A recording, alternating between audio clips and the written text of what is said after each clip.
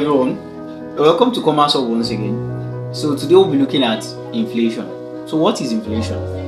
Inflation is the consistent or persistent rise in price of goods and services.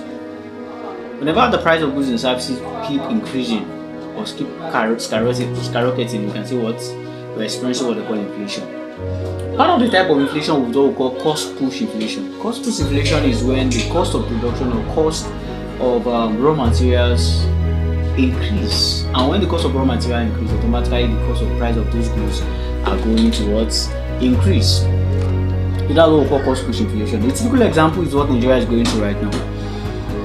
If you are familiar with the situation of Nigeria, you know that the price of fuel has increased. I think the present price is 1,300 per liter, and automatically that has led to increase in price of goods and services in Nigeria.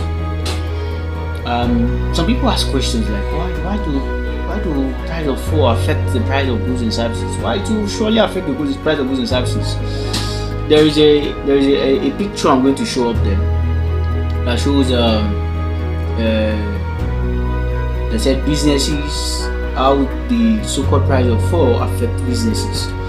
Now, how does it affect businesses? For example, if I'm into business, I have to transport my raw materials from one place to another, from the place of from my raw materials from where I bought it from to my own place. There's a cost that comes to it. So transporting of that raw materials now comes with a cost, and I'll add that to my cost of production, which will also affect the price of the product.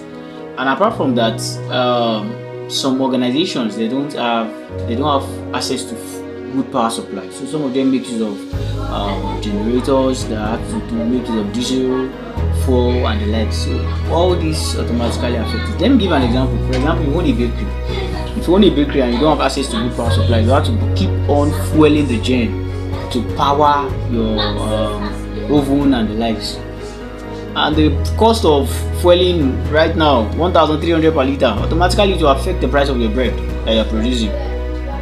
So you can see how these affect the price of goods and services in general. Some of you say all those tomato sellers, they also transport the tomatoes from somewhere. They don't just get it at the back of the house. So all these automatically affect the price of goods and services.